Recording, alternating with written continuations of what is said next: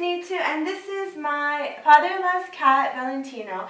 And there are two ways that I brush Valentino because he has thicker and coarser hair than Freyja. So with Freyja, I just use this kind of flea brush to brush Freyja. With him, I can use it on his head and parts of his body, but not his tail because the hair on his tail is coarser. And I find that this brush, and if you go like this, it's even better. It just takes away a lot of hair. And this is probably the best method if you want to, remove excess hair. But for his tail, he has coarser hair. So now it's like this. I use this kind of brush, which is probably the proper kind of brush that you're supposed to use. And so because he doesn't like getting brushed on his tail, it's a more sensitive area. The hair is coarser.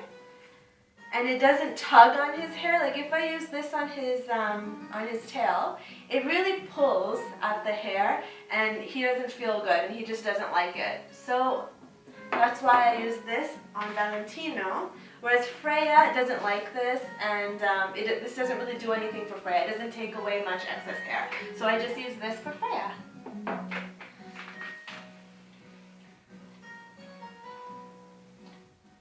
He still doesn't even like this that much.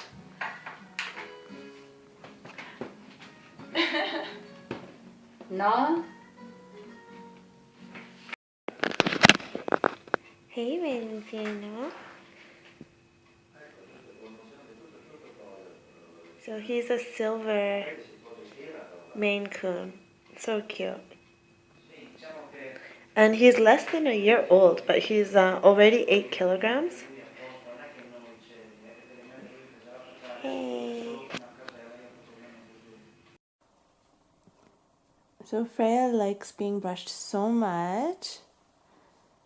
And they brush her almost every day. Just because it's like, she likes it.